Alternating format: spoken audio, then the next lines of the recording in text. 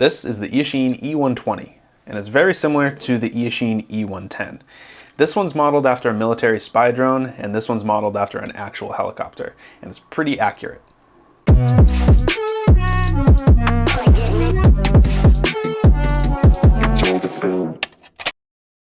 Before we go over the design of this thing, let's go over what you get in the box. So in the box, obviously you get the helicopter pre-assembled, ready to go. You get the controller. This takes some AA batteries, so those aren't provided, but this is the same exact controller that comes with the Eachine E110. So if you have that controller, you can use the same controller for both of these. So you get the helicopter, the controller. In the version I got, you get 2 batteries. You can get it with 2 batteries, 1 battery, or 3. You get a couple spare props, as well as a little tool to take everything apart. And then you also get a USB cable to charge these batteries with. So let's take a closer look at the design of the helicopter.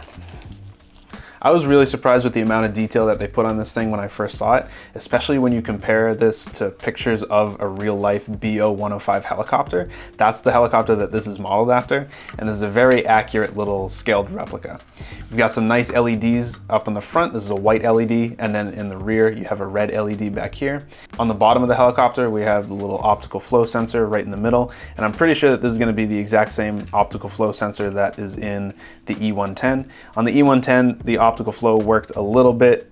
If you're flying outside in wind, it's still going to blow around a little, but if you're flying indoors, it'll work a little bit better. Also on the bottom here, you have some nice landing gear. The batteries that are included with this sit right up here, and they're 350 milliamp rechargeable lithium ion batteries. And the way that these batteries charge is there's just a little USB port right up here, so you plug that into a wall outlet and it'll be charging. It's got some clips, so it clips into place so that when you're flying it doesn't fall out of the helicopter. And then to check your battery life, all you got to do is press the power button once and you'll get an LED. So this one isn't charged and this one is charged. Before we take this thing outside and fly it with that 1 battery that I have charged, here is what it looks like side by side with the E110. It's a little bit bigger, and I do like the design of the E120 better. The camera that came on the E110 isn't really usable for anything, so they didn't put that on this one, and I don't really miss it. Like I said, it's not really a camera that you're going to use for anything. So overall, I think I like the design of this one a lot better. So let's take this thing outside and test it out. All right, so I'll turn this on. Click once and then hold it.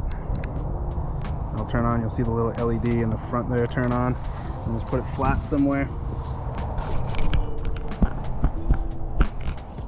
Now to bind it, you basically just turn this on, push the throttle up, down, and now it's linked.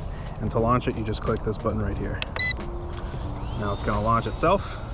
And again, it has optical flow, so it's gonna pretty much just stay in this general area. There's not really any wind today, so it's not fighting anything, and the optical flow is actually working pretty good.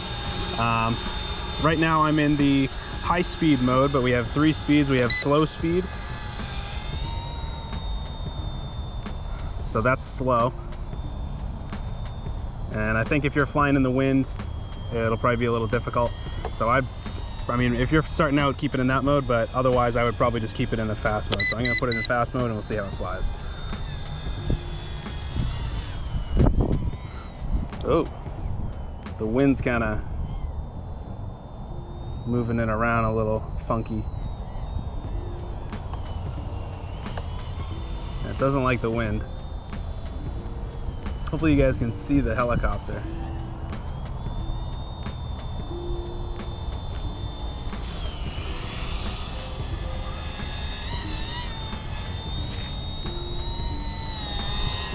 So if it's drifting like that, you do have the adjustable trim switches, so you can always have it kind of push forward, push left if you need, and you can adjust it so it just stays like that. This one's flying pretty good. When there is wind, it does kind of struggle a little bit. I think that was the wind affecting it, but yeah, flies pretty good. It's pretty quick.